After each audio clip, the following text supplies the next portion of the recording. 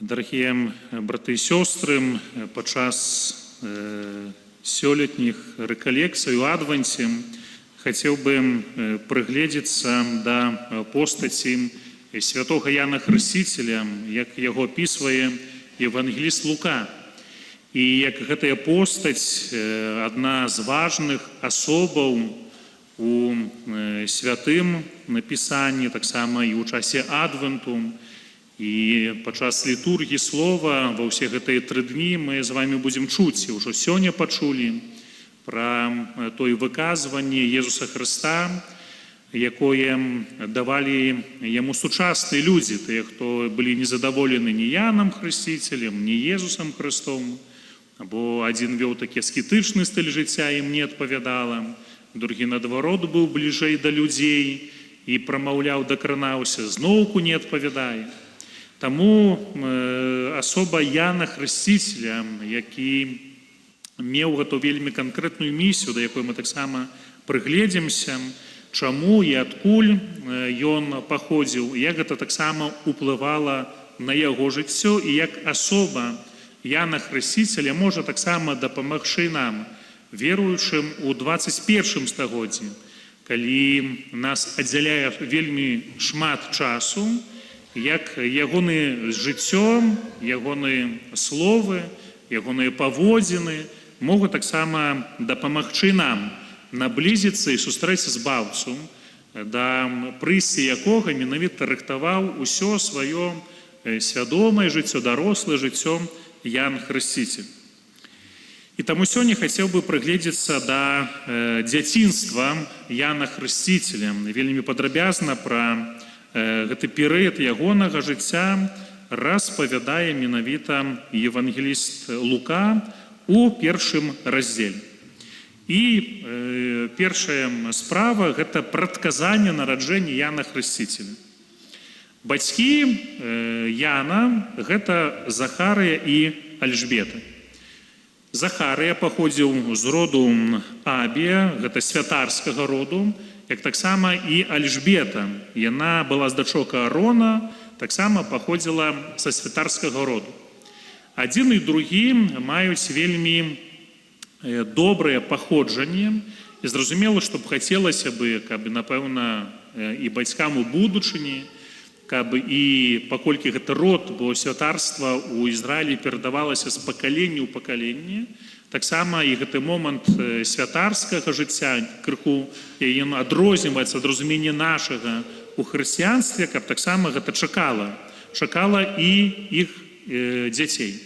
Але, незважаючы на іхняе паходжанне, на тое, як кажа пра гэта евангеліст Лука, што абое былі справядлівымі перад Богам, яны жылі беззаганна паводле ўсіх запаведзяў, наказаў Пана. То, што яны паходзілі са святарскага роду, Захарыя быў святаром, яны давалі добры прыклад для іншых людзей, для сваіх суседзяў, для сваіх родных. Але, здавалася бы, у такой ідэальнай сям'і, дзе пануюць такія добрыя ўзаемаадносіны паміж мужам і жонкай, паміж менавіта Богам і людзьмі, яны не мелі дзіцяці, бо Альжбета была бясплоднай, і абое былі ўжо ў старым узросце. І, напэўна, гэта сітуацыя даволі непростая сітуацыя ў жыцці Захарыя і Альжбеты, калі яны чакалі прадаўжэння роду і з года ў год не мелі дзяцей. І ўжо, як і евангеліст Лука падкрэслівае, яны былі ў даволі ўжо старэйшым узросце.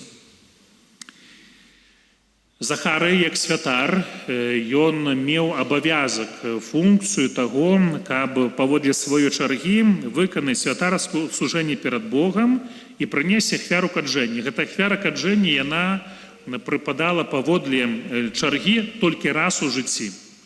І таму мы бачым Захару, які ўваходзіць у святыню, каб акадзіць алтар прынашэння, і там, менавіта ў святыні, у месцы святых ён сустракаецца з арханёлам Габрыэлем. Арханёл прыходзіць да яго і кажа гэтую радасную навіну аб тым, што у вашай сям'і будзе сын. І кажа пра ягоную місію ўжо цяпер, у моманце, калі архангел Габрыэль звеставаў гэтую радасную навіну менавіта Захарыю, паказваючы, што твой сын, ён наверне многіх да Пана Бога, сам пойдзе у разважлівасці, каб падрыхтаваць Пану народ дасканалы. І здавалася бы, якая рэакцыя павінна быць чалавека на тое, што яго просьба пачутая, што ён атрымаў доўгачаканы дар. Радасць, удзячнасць, праслаўленне Бога. Захарый як рэагуе, ён можа ўжо і сам пачаў сумнявацца у сваіх малітвах, у тым, што яго чуе Пан Бог.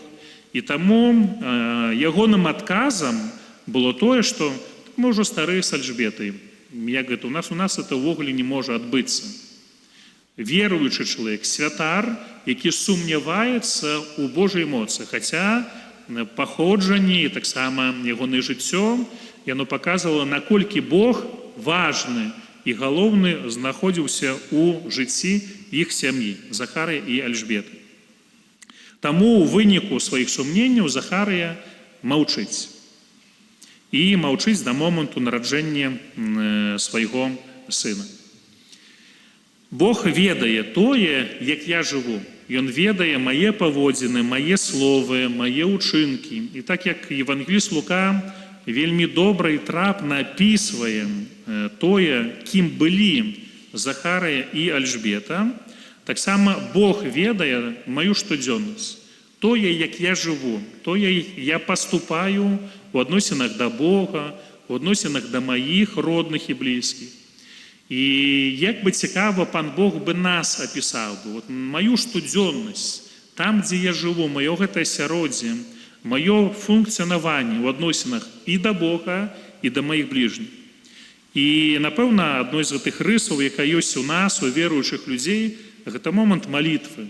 У малітве, якой мы звяртаемся да Бога і просім яго аб нечым. Можа, дзякуем, можа, праслаўляем, можа, перапрашаем, але, хутчэй за ўсё, найчасцей нашай малітвы, яны напоўнены просьбамі да Пана Бога. Мы аб нечым просім для сябе, альбо таксама для кагосьці іншага. І гэты момант можа таксама прыйсці і ў нашым жыцці, калі я звяртаюся да Бога, Бог адказвае ў адпаведны час. У то, які ён палічыць найбольш карысным і неабходным для майго развіцця, для майго асабістага добра.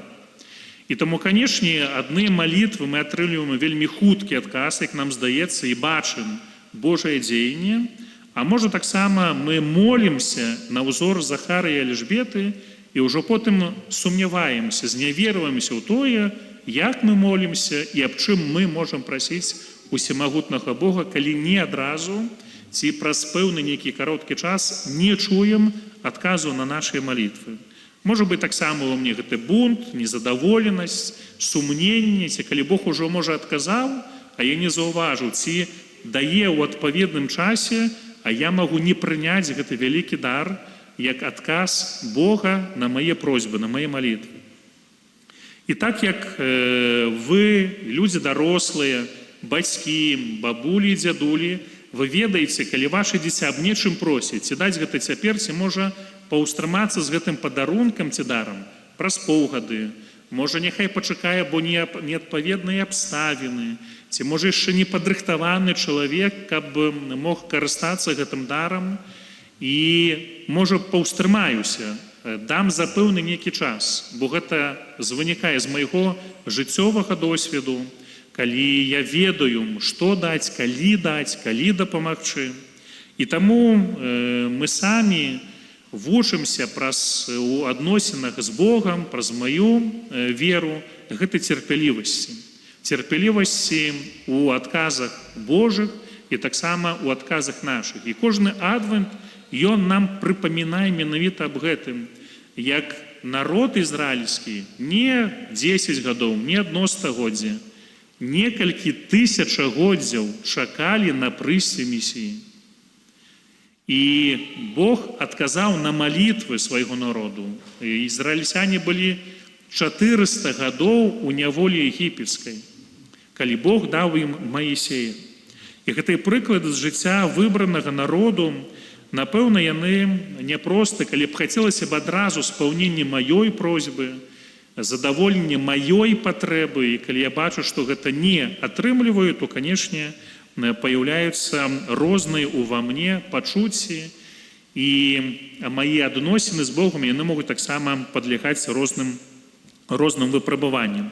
І, канешне, на гэта могуць быць прычыны, чаму Бог не адразу адказвае, чаму, напэўна, не адно пытанне так сабе так усведамляў, як вось Захара і Эльжбета маглі станавіцца на сваёй асабістай малітве, на сужанскай малітве, і з кожным годам бачыць: Боже, вот мы просім Цябе аб дзіцяці, а Ты нам не даеш. І потым Бог у адпаведным часе дае ім Яна Хрысціцеля, які меў адзіны на працягу ўсяго чалавецтва, каб падрыхтаваць прыйсце Месіі. У маім жыцці былі такія моманты, калі я прасіў Пана Бога, і Ён не адразу даваў адказ. І такім адным з вельмі яскравых момантаў, калі Бог пачуў праз пэўны час малітву, маю асабістую малітву, калі я прабываў падчас служэння ў Казахстане, ў Карагандзе, калі праходзіў праз пэўныя свае асабістыя выпрабаванні. І тады у святліцы ў месяцы маі, паколькі это месяц прысвечаны Марыі, тады я тады пазнаёміўся і сам асабіста, таксама дзяцей, мы моладзь знаёмілі з выявай Маці Божай, якая развязвае вузлы. Што гэта за абраз? Ёсць таксама навенна да Маці Божай, якая развязвае вузлы. І быў у маім жыцці ў той час такі, умоўна кажучы, гэты вузел, які завязаўся па маіх пэўных прычынах, па маіх пэўных паводзінах. І я тады прасіў заступніцтва Багародзіцы, каб яна дапамагла. І прайшоў пэўны час, навенна ўжо была скончана. І праз пасрэдніцтва, праз заступніцтва Марыі Бог адказаў на маю малітву. І потым да гэтай малітвы, да навенны, да Маці Божай, якая развязвае вузлы, я таксама потым звяртаўся на працягу некалькі разоў, просячы, і вось толькі сярод гэтых некалькі навеннаў толькі адна была пачута, як мне, я бачыў канкрэтна, але, напэўна, і тыя іншыя малітвы, якія я ўзношу і ўзносіў да Пана Бога, кожная малітва, яна пачутая, яна нікуды не знікае. Бог, які з'яўляецца маім айцом, Ён прагне адорваць нас, маіх дзяцей, гэтымі дарамі, гэтымі просьбамі, з адказамі на гэтыя просьбы, але у тым часе, у якім Ён, Нябесны Отец, палічыць найбольш карысным і неабходным для кожнага з нас. Другі момант з жыцця дзяцінства Яна Хрысціцеля – гэта адведзены. Калі Марыя прыходзіць і наведвае Альжбету, якая была яе сваячкай. І Марыя прыходзіць у дом Захара і Эльжбеты, гэта свет усходу, зразумела, што галоўным з'яўляецца мужчына, і яна мае прывітаць Захарыю. Але, гледзячы на паводзіны Марыі, яна ўвайшла ў дом Захарыі і прывітала Альжбету. Яна не прывітала гаспадара гэтага дома. І чаму яна так паступае, чым яна так кіравалася? Напэўна, даследчыкі паказваюць Святога Пісання розныя матывы, розныя адказы. Але гэты момант скіраванасці, калі Марыя, яна прыходзіць і скіроўвае свае адразу крокі да Альжбеты, якая знаходзіцца ў патрэбе, не перашкаджаючы Захарыю трываць у гэтым маўчанні. І як толькі Марыя прыходзіць, і Альжбета чуе прывітанне Марыі, Альжбета напаўняецца Духам Святым. То, што Ян Хрысціцель ужо ва ўлонні сваёй маці Альжбеты, ён быў напоўнены Духам Святым. Так як на Марыю Дух Святы зышоў пасля звеставання, і яна пад сваім сэрцам зачала Сына Найвышэйшага, Марыя прыносіць ужо пад сваім сэрцам Езуса Хрыста у дом Захара і Эльжбеты. І Эльжбета, дзякуючы дзеянню Божаму, яна распазнае, што Марыя прыходзіць не адна. Марыя прыходзіць разам з Хрыстом. І таму рараты асаблівым чынам скіроўваюць нашу ўвагу на панну Марыю, на тую, якая чакала сама нараджэння Езуса Хрыста, і таксама вучыць нас, якія мы прыходзім на раратнія імшы у часе адвенту, каб разам з ёй чакаць, бо там, дзе Марыя, там і Христос. І таму Альжбета яна распазнае Божую прысутнасць пад сэрцам Марыі. І таму ў кантэксце адведзенаў, калі Марыя наведвае Альжбету, таксама і той, кім былі Альжбета і Захарыя, варта прыглядацца да месца Бога у маёй сям'і, у маім доме. Мы з вами выраслі ў канкрэтных сем'ях, мы таксама, як людзі свецкія, вы засноўваеце сем'і. У нас гэта, як у айцоў Мар'янаў, гэта манаская наша сям'я. І гэты момант адносінаў, якія ёсць у нас паміж Богам і паміж сабою. Гэтае асяроддзе, у якім Ян Хрысціцель прыйдзе на свет, гэта было асяроддзе веруючых людзей, якія былі справядлівымі, якія выконвалі Божыя загады, якія жылі ў гэтай згодзе, еднасці паміж сабою. Гэтае пісанне, якое Лука дае яшчэ перад момантам звеставання Захары бацьку.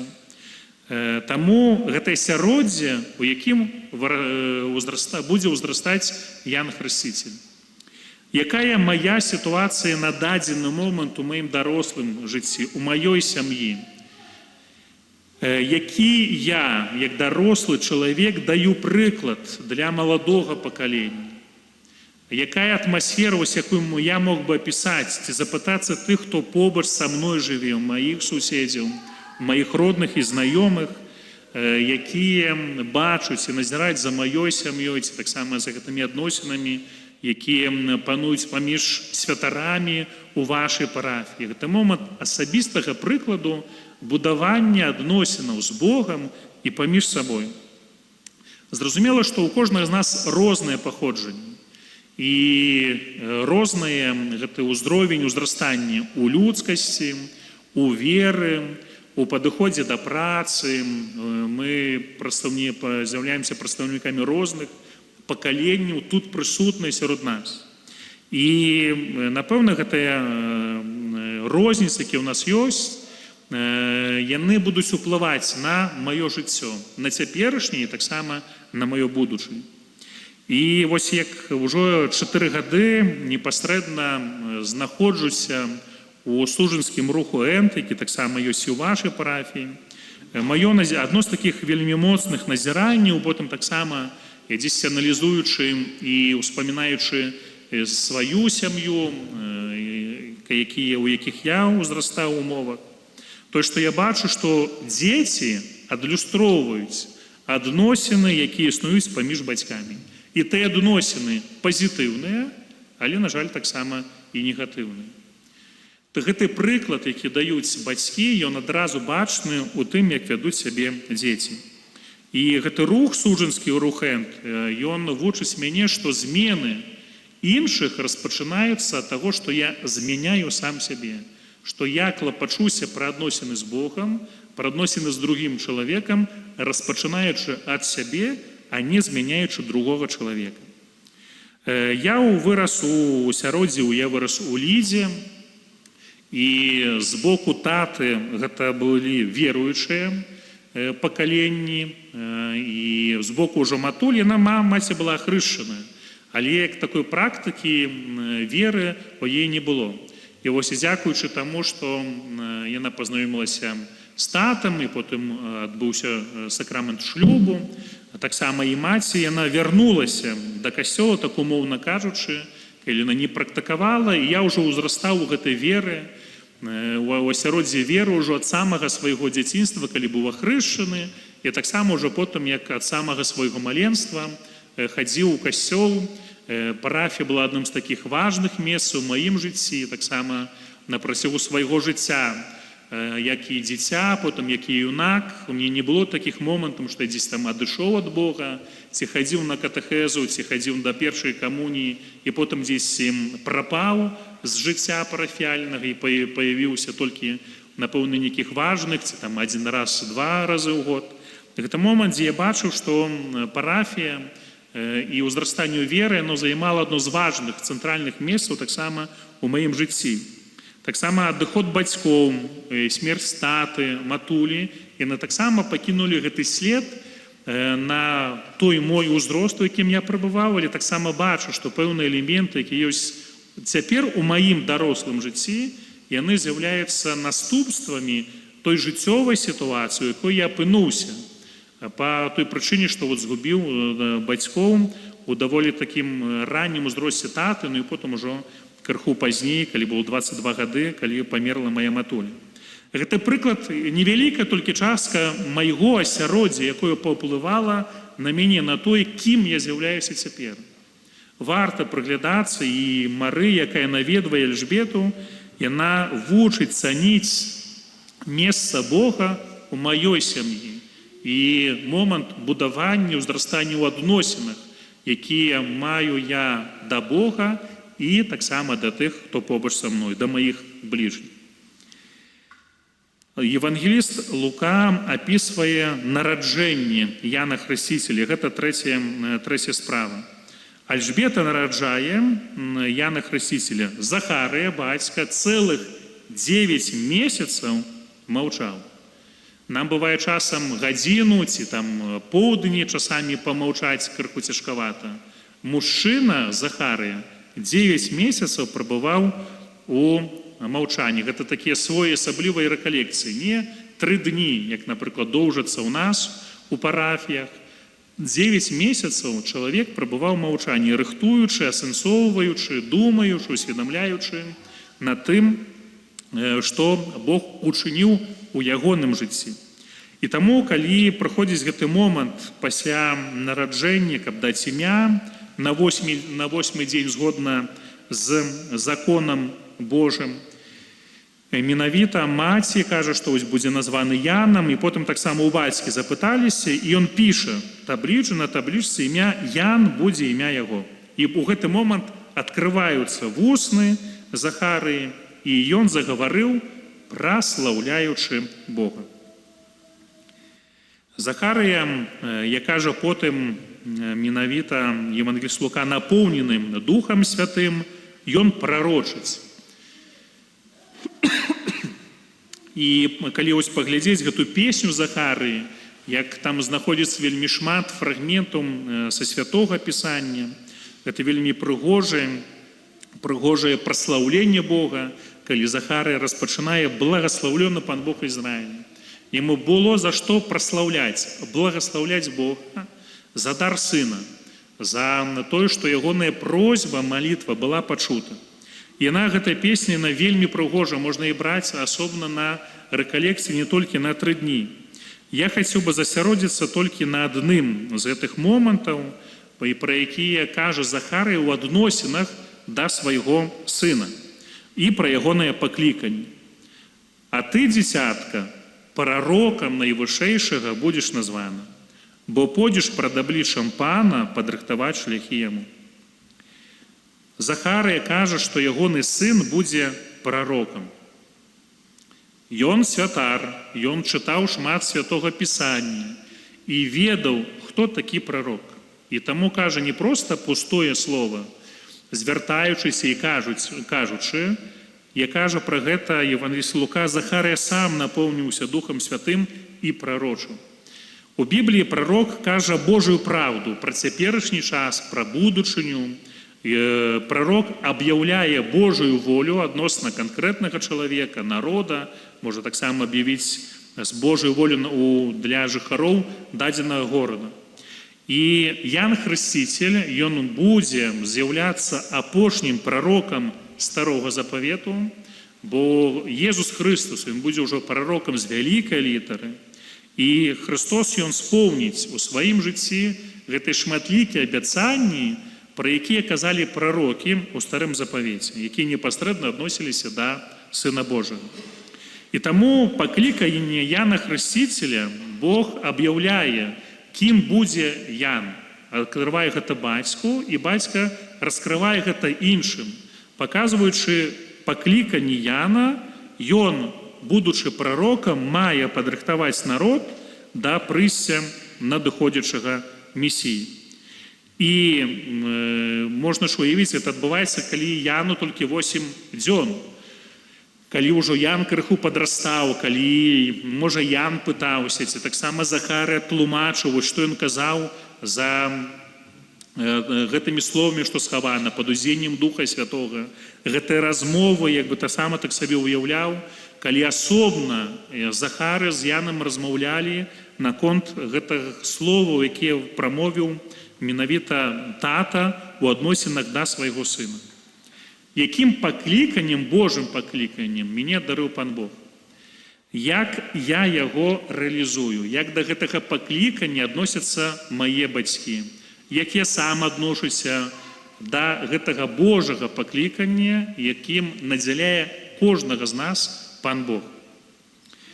У сваім жыцці я распазнаў перадусім гэтае пакліканне да святарскага жыцця, калі пайшоў пасля заканчэння школы ў Гродзенскую вышэйшую духоўную семінарыю, а потым ужо будучы там, будучы клерыкам, распазнаў пакліканне да манаскага, законнага жыцця.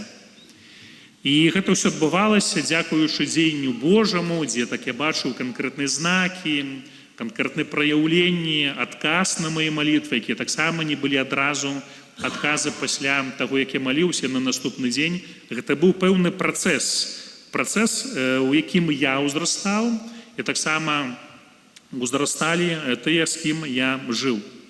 Тата на той момант ужо быў памёр, была матуля, якая таксама у нас крышачка былі пэўныя пытанні на 3-м курсе, калі ўся вучыўся у Гродна, і крыху таксама разыходзіліся пэўныя меркаванні і погляды на жыццё. І Бог паказваў мне, мяне толькі запрашаў. І я пайшоў за тым, што выразна мне паказваў Пан Бог, так як Захарыя выразна паказаў праз дзеянне Божае, што чакае ягонага сына, таксама я, распазнаўшы Божыя знакі, убачыў, да чаго запрашае мяне Пан Бог, і пайшоў шляхам марыянскага паклікання. Перайшоўшы ў кангрэгацыю Марыянаў і прайшоўшы гэты час падрыхтоўкі, склаўшы вечныя шлюбы тут, у Жодзіна ў 2015 годзе, і потым таксама далейшы гэты святарскі ўжо шлях. Розныя было ўжо, ідзе 10-й год святарскага жыцця, ўжо манаскага жыцця крыху болей, напэўна, шмат было за гэты час, што адбылося і добрага, і таксама дзесьці і неідэальнага, як Будда, калі дасведчыў сваёй слабасці людской, але я перакананы і веру ў тое, што гэта Божая справа, што гэта Божае пакліканне, на якое я адказаў, і за гэтым заклікам я стараюся ісці. Няхай гэтыя фрагменты з Евангелія паводле Лукі пра дзяцінства Яна Хрысціцеля дапамагаюць нам быць удзячнымі за дар жыцця, за дар нашых бацькоў, за тое, што, можа, тут з нас прысутных з'яўляюцца бацькамі, каб сапраўды цаніць гэты дар, і таксама гэтым дарам дзяліцца з тымі, хто побач з намі. Амен.